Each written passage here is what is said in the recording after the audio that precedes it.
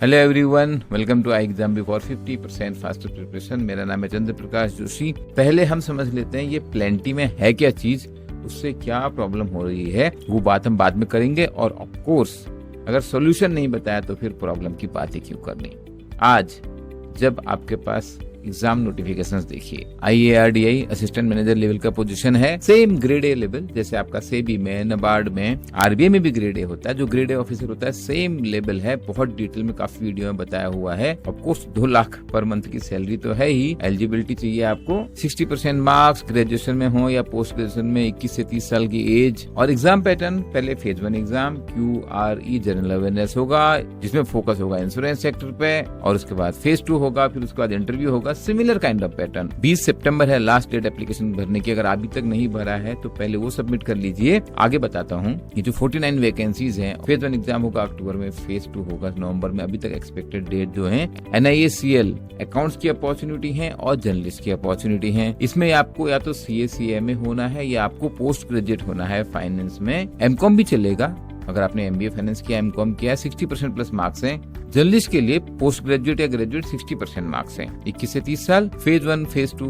Interview 29 सितंबर है last date apply करने की, ये याद रखिएगा। 50 वैकेंसीज हैं अकाउंट्स की और 120 वैकेंसी है जर्नलिस्ट की। Exim bank, export import bank of India, बिल्कुल स्पेशलाइज फंक्शन है इस बैंक का, भारत सरकार का उपक्रम है। इसमें आपको चाहिए ग्रेजुएशन के साथ साथ पोस्ट ग्रेजुएशन 60% मार्क्स या CA हो। PG जो है आपका फाइनेंस मैनेजमेंट में, इंटरनेशनल ट्रेड में, एक्सिम बैंक है ना, इंटरनेशनल बिजनेस में रिलेटेड पोस्ट ग्रेजुएशन होगा तो आप ये एग्जाम दे पाएंगे। 21 से 28 साल की एज चाहिए। और यहाँ पर एग्जाम में QRE नहीं है। अगर आप QRE से डरते हैं तो केवल और केवल डिस्क्रिप्टिव एग्जाम आपको देना है, उसके बाद इंटरव्यू के लिए बुला लिया जाएगा। 50 वैकेंसीज हैं, 7 अक्टूबर लास्ट डेट है अप्लाई करने की। एलिजिबल है तो मौका बिल्कुल मत छोड़ना। ECGC PO, बहुत लोगों को नाम सुनकर लगता है कि ये बैंक PO से कुछ रिलेटेड होगा, बिल्कुल भी कुछ लेना देना नहीं है। मिनिस्ट्री ऑफ कॉमर्स के अंदर आता है ये organisation, fully owned by government of India. बिल्कुल सरकारी जैसे ग्रेड है जो भारत सरकार में ग्रुप B ऑफिसर के होते हैं। आज की डेट में 1.3 लाख की सैलरी है और बाकी पॉक्स की बात नहीं कर रहा मैं अभी, आप वीडियो में देख लीजिएगा। और कोई भी ग्रेजुएट अप्लाई कर सकता है। 21 से 30 साल तक की एज चाहिए।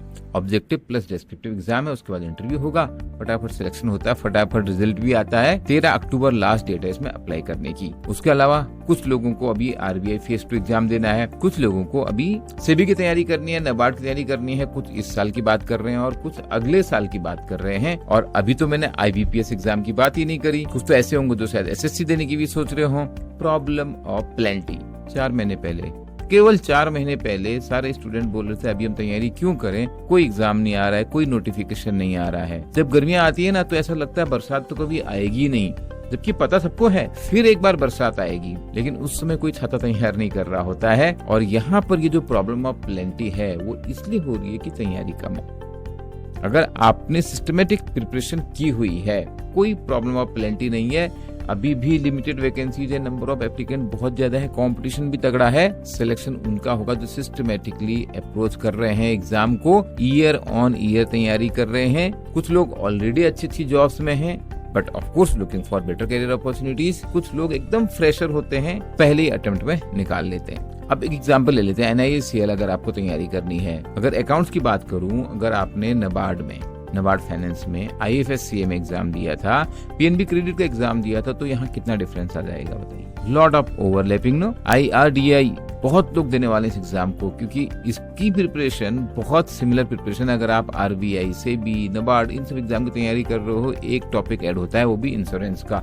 और इंश्योरेंस जैसा मैंने दूसरे वीडियो में बताया था, किसी भी कॉलेज में, किसी भी डिग्री प्रोग्राम में एचएस नहीं पढ़ाया जाता है। अगर आपने LIC AO की तैयारी करी है तो थोड़ा इंश्योरेंस पढ़ा होगा। एक्सिम बैंक की अगर हम बात कर लें, जिन्होंने स्पेशलिस्ट ऑफिसर SO की तैयारी करी है या नबार्ड फाइनेंस दिया हुआ है, PNB क्रेडिट दिया हुआ है, सेबी IFSCI जैसे एग्जाम दिए हुए हैं, उनका फाइनेंस कंपैरेटिवली स्ट्रांग है। बाकी जो आपको इंटरनेशनल ट्रेड के बारे में पढ़ना है वो आपको मिल जाएगा, हम दे रहे हैं ना। तो आपकी अब स्ट्रेटेजी क्या होनी है। This looks like a problem of plenty. बहुत सारे एग्जाम दिख रहे हैं आपको एक साथ, आपको सोल्यूशन निकालना है। नंबर 1, जो कॉमन टॉपिक्स हैं पहले उनकी तैयारी करनी है। इन सब में आपको दिख रहा है क्वांटिटेटिव एप्टीट्यूड, रीजनिंग और इंग्लिश, सभी जगह होता है मोर और लेस। और आपको ये बात बता दूं, इंश्योरेंस तो आप पढ़ लोगे 1 महीने में, कुछ लोग 15 दिन में भी कर लेंगे और हफ्ते भर में भी कर लेंगे। क्या रीजनिंग हो सकती है 1 महीने में तैयार? आप खुद ही बताइए।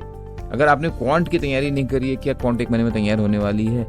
These are the first step. बरसात फिर होगी, नोटिफिकेशंस की बरसात फिर होगी, ये बात उसके लिए भी बहुत लागू हो रही है जो अब बात कर रहा है आरबीआई 2025 की या नाबार्ड 2025 की या और भी एग्जाम की। लेकिन इस समय ये अपॉर्चुनिटी है क्योंकि इस समय बरसात हो रही है, सब लोग छाता बनाने में लगे हुए हैं, तो आपको फटाफट सीख जाओगे कि कैसे मुझे छाता यूज करना चाहिए। छाता होने के बाद भी यूज करना नहीं आता है। देखा होगा ना, बच्चे को छाता दे दो, भीग के आ जाएगा पूरा वो बरसात में। तो अभी जो नोटिफिकेशन आए हुए हैं उनमें आप अटेम्प्ट जरूर कीजिए। तो पहला पॉइंट हो गया क्यूआरई की तैयारी करनी है। दूसरा point general awareness, current affairs. 80% होता है करंट अफेयर्स, कहीं 70 हो जाता है।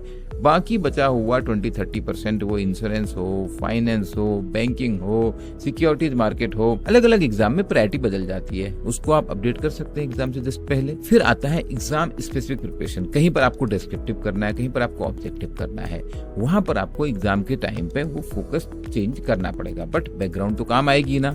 और फोर्थ एस्पेक्ट जो अगेन कॉमन है सभी एग्जाम में, दैट इज टाइम मैनेजमेंट।